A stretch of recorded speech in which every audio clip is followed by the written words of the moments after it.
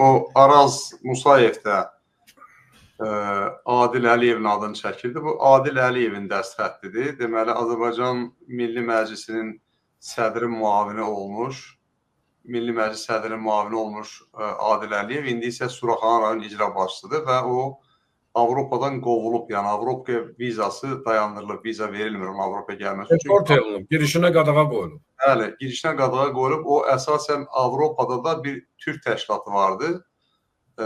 Bəzi PKK-lılardan ibarət türk təşkilatı deyirlər.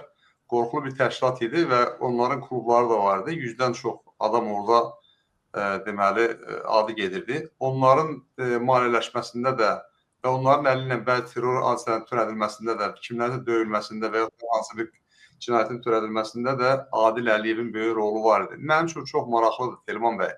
Telman bəyə mən verəcəm sözü. Telman bəy, Azərbaycan hökumətindən bu qədər siqnallar verilir, bu qədər məlumatlar verilir, bu qədər məsələn deyilir ki, Adil Əliyevlə bağlı bu qədər yəni əldə olan faktlar var. Açıq faktlar var. Məsələn, onun Adil Əliyevin toplantıda belə, Almaniya toplantıda belə bir nəfər gənci döydürməsi məsələsi də var. Orada hətta keçən də mən adını çəkdim, Rövşən bəyin də, Rövşən Qəmbəri də orada itələmişdilər, nə bilim, məzaldan çıxmasın. Çünki Rövşən bəy ona etiraz eləmiş ki, siz toplantıda bu işi, Almaniyada bu işi eləyə bilməzsiniz. Rövşən Qəmbəri də itələmişdilər o yaşda insanı, atasından da bəlkə böyükdür Adil Əliyevin. Yəni, Adil Əliyevin adı hallandığı halda Telman bəy, niyə bu Adil Əliyev haqqında hər hansı bir ölçü götürülmür? Bu demək olarmı ki, Adil Əliyev elə bu hakimiyyətin birbaşa killeridir? Buyurun. Teymur bəy, sizin sualınıza belə cavab verərdim ki, bu özü terror aktıdır. Bu hadisə terror aktıdır.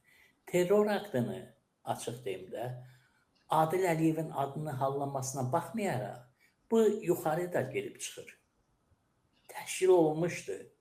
Bu düzgün təşkil olunmuş, hətta də Azərbaycan hakimiyyətinin gücü çatmayan dərəcədə güclü təşkil olunmuş hadisələrdir. Açıq deyim, bu terror təşkilat hadisələri gedib Malta hadisələrinə gedib çıxır.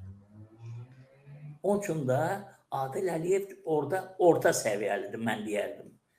Bu bir ucu gedir Rusiya terror təşkilatına, Rusiya dövlətinə gedib çıxır. Bunların hamısının kökü oradandır. İndi mən bunların hamısını xırdalayım. Vandal nədir? Vandal, zərər vurma, ziyan vurma. Vandalın kökü var. Bu da Rusiyadan gəlmədi. Onun üçün də Adil Əliyevin adı hallanması hökumət vecinə deyil.